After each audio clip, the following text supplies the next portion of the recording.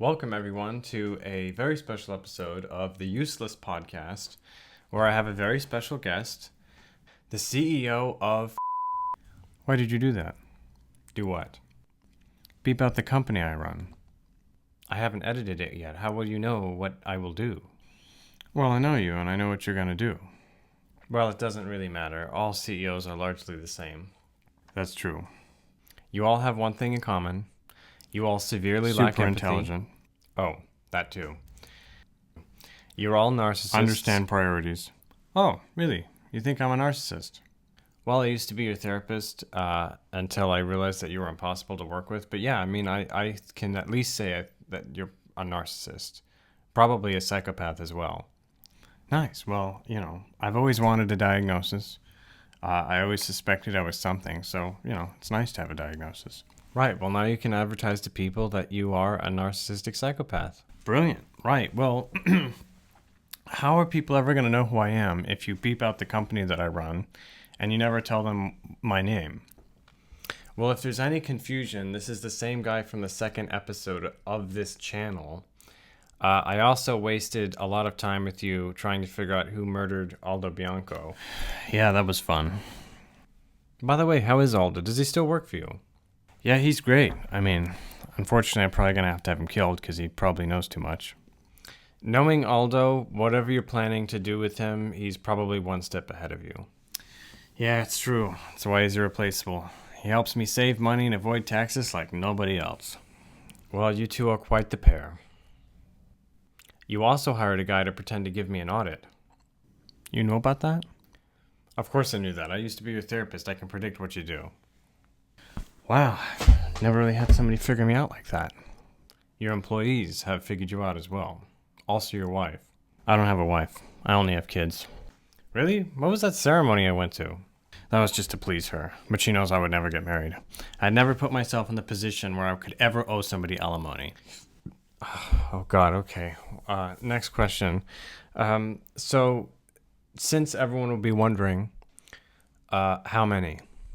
How many what? How many people have you killed? Oh, 3. Is that like a specific number?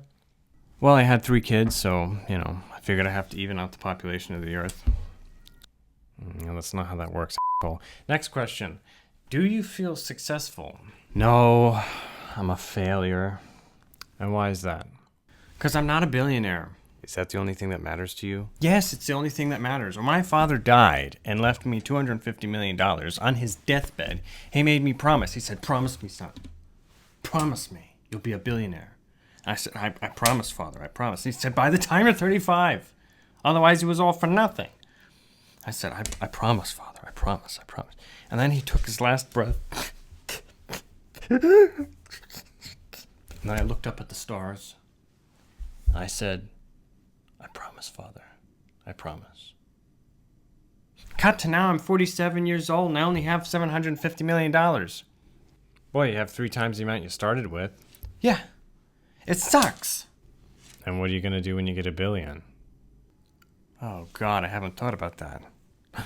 What am I going to do? I'll probably have to make another $1 billion in case I lose the first one. Oh, my God. So it will never be enough. Nope, never enough. Never enough. Whoa, this is YouTube. I can get copyrighted for that. Oh, that's true. Silly me. I'll just change the notes. Never enough, never enough, never. Okay, that's enough of that. The point is, we need to stop glorifying these rich people who, by their own words, say that they don't feel successful. Yep, it's true. We keep assuming that these rich people are successful and that we should strive to be like them and give them the benefit of the doubt because they're neurodivergent. What does that mean, neurodivergent? Yeah, I don't know. I tried looking it up before I started filming this video, and it said something about being good at math and having dyslexia, which I'm good at math and have dyslexia. So, does that mean I'm neurodivergent? I mean, you tell me in the comments. If you're watching this video and you know what that means, just explain.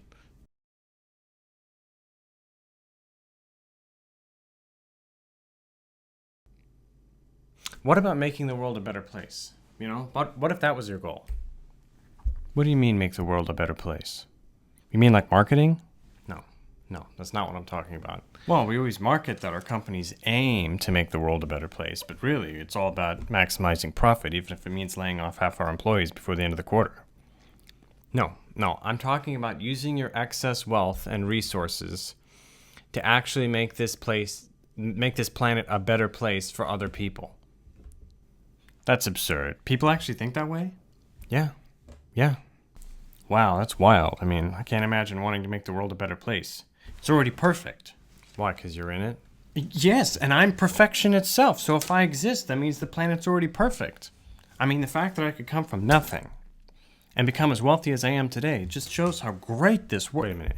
What do you mean nothing? You just said your father left you $250 million. Exactly. I grew up with pittance. What does pittance mean? My father only allowed me to have 12 suits at a time when I went to primary school. What the fuck kind of primary school did you go to? Oh, you wouldn't understand. You're just a peasant. Why are you laughing? Yeah, because you just called me a peasant. Well, I mean, you probably don't even know what it's like to have $1 million in the bank. It's true. I don't. Yeah. It's disgusting. It's amazing I allow you in my presence. It's only because you have a PhD. Glad to know you think I'm beneath you. So tell us, how did you get your wealth? Well, I started by inheriting $250 million from my father and the position of CEO for the company that I still am the CEO of now. And I first took my net worth and invested in my first company idea. And then shortly after that, I discovered that it was a horrible idea and it was going downhill and it was actually worth nothing. Wow. So what did you do next? Well, I did what any sensible guy would do.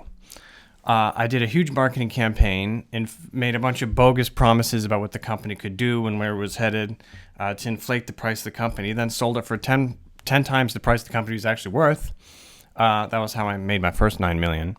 Of course, the company went out of business shortly after that, but by then it was not my problem. Then I took that money and bought another company for $9 million, turned around, did another marketing campaign, inflated the price of that company, sold that one for $25 million, and then, rinse and repeat. You get the idea. Well, talk about an honest way to make a living.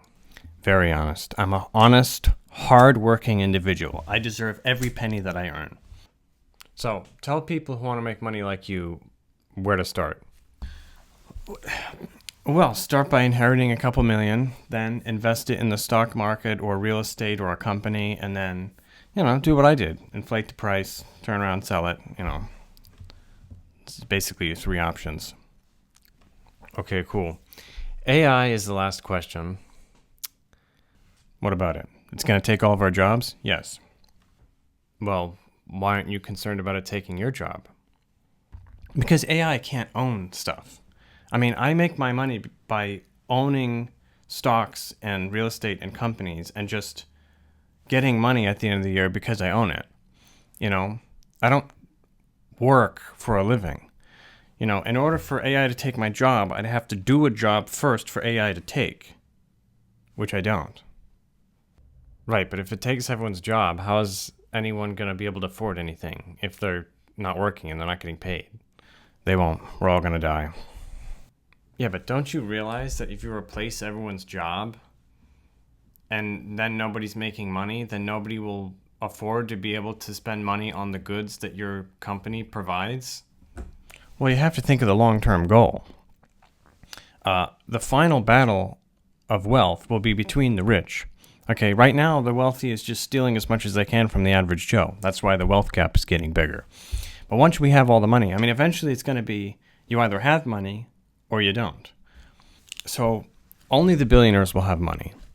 And then everybody else will be in debt to us because they'll be in debt to the grocery stores and the banks because they'll need to be in debt in order to live because they won't have any money. So everyone will be in debt to us because we own the banks and the grocery stores. And then because they'll be in debt, they'll have no choice but to be our slaves, in exchange for like a bed and 2 meals a day, to basically keep the machines running during the day. But, they'll never actually be able to control their own money. We, the billionaires, will be the only ones with money left. So the final battle of wealth will be between us. I'm sorry, us? I'm sorry, the rich. Oh, right. So there'll only be a couple of thousand of us total, rich people who have money. And then, so things will start to happen fast. We'll start to have each other killed.